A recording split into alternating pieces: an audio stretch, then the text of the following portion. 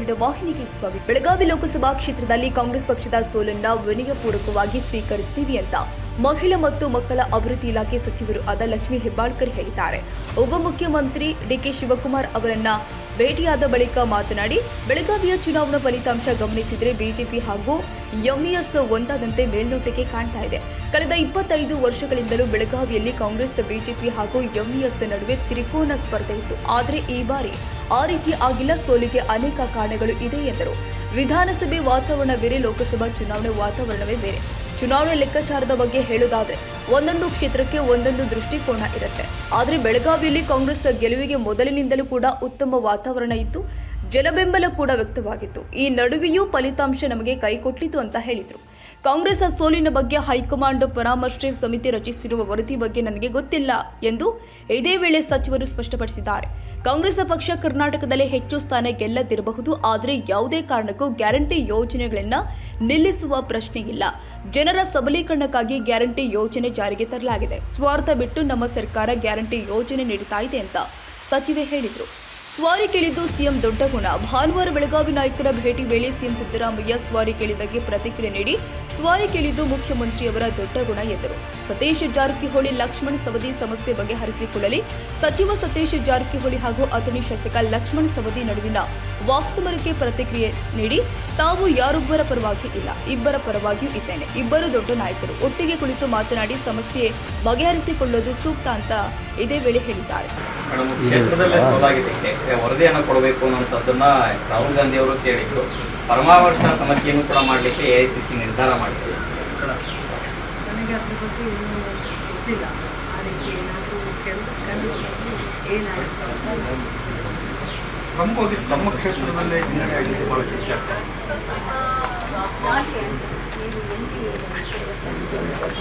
ನಾವು ಕೂತ್ಕೊಂಡು ಅದ್ರ ಬಗ್ಗೆ ನಾವು ಕೂಡ ನಮ್ಮ ಕಾರ್ಯಕರ್ತರು ಕೂಡ ನಾವು ವಿಚಾರ ಮಾಡಿದ್ವಿ. ಏನಾಗಿತ್ತು ಅಂತ ನಮ್ಗೆ ಯಾವತ್ತಿಗೂ ಕೂಡ ಟ್ರ್ಯಾಂಗ್ಯುಲರ್ ಫೈಟ್ ನಮ್ಮ ಕ್ಷೇತ್ರದಲ್ಲಿ.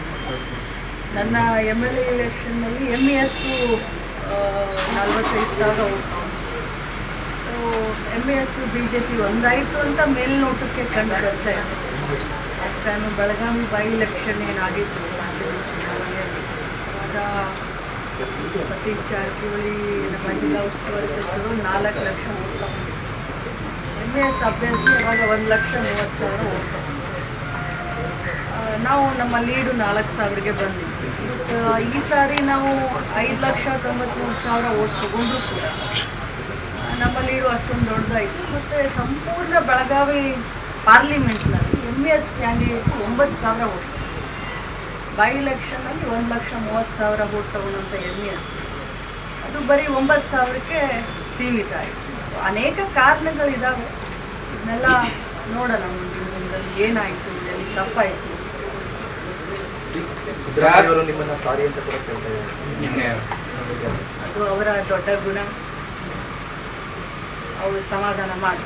ಮೇಡಮ್, ಈಗ ಗೃಹಲಕ್ಷ್ಮಿ ಯೋಜನೆ ಸೂತ್ರಧಾರರು ತಾವು ಹಂಗೆ ನೋಡಿದರೆ ಇಡೀ ರಾಜ್ಯದಲ್ಲಿ ಗ್ಯಾರಂಟಿ ಕೈ ಹಿಡಿದ್ರೆ 14 18 ಸ್ಥಾನ ತನಕ ಹೋಗ್ಬೇಕಲ್ಲ. ಗ್ಯಾರಂಟಿಗಳಿಂದ ನಿಮಗೆ ನಿರೀಕ್ಷೆ ಮಟ್ಟ ತಲುಪಲಿಲ್ವಾ? ಗ್ಯಾರಂಟಿಯಿಂದ ನಿರೀಕ್ಷೆ ಮಟ್ಟ ಅಂತ ಈಗಲೇ ಹೇಳಲಿಕ್ಕೆ ಆಗೋದಿಲ್ಲ.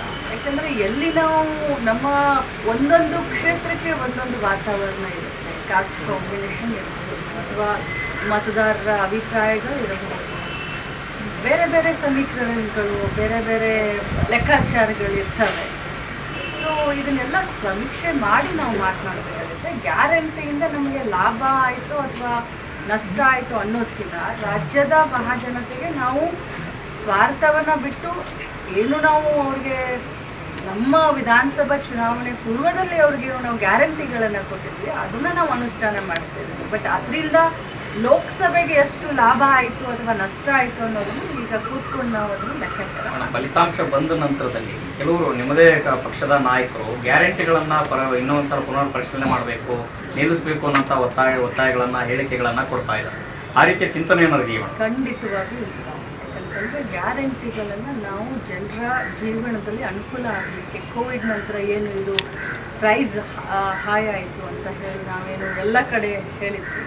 ಸೊ ಅದಕ್ಕೋಸ್ಕರ ಮಾಡಿದ್ವಿ. ಚುನಾವಣೆ ಫಲಿತಾಂಶ ಹೀಗಾಯಿತು ಅಂತ ನಾವು ಹಿಂದೆ ತಗೊಳ್ಳೋದು ತಪ್ಪಾಗುತ್ತೆ. ಆ ರೀತಿ ಚಿಂತನೆ ಆಗಲಿ, ಆ ರೀತಿ ವಿಚಾರವಾಗಲಿ ಯಾರಿಗೂ ಇಲ್ಲ.